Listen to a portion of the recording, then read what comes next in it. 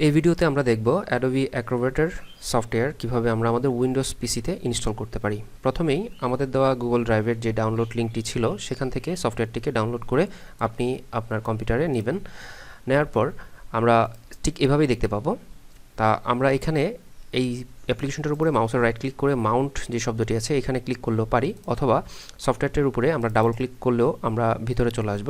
এখানে কিছু ফাইল রয়েছে, এই ফাইলগুলো থেকে আমরা যেটা করব, এই যে অটো প্লে যে অপশনটি আছে সেখানে আমরা মাউসের রাইট ক্লিক করে ওপেন করব।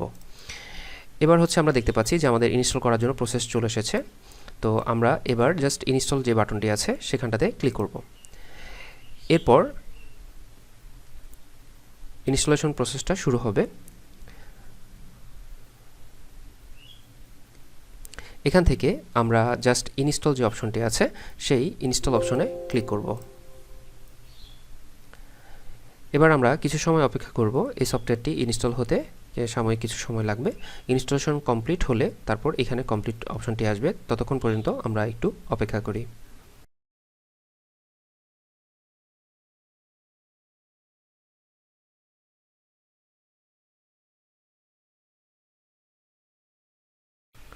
ওকে, তো আমরা দেখতে পাচ্ছি যে আমাদের যে সেটআপটি সেই সেটআপের প্রসেসটি কমপ্লিট হয়ে গিয়েছে।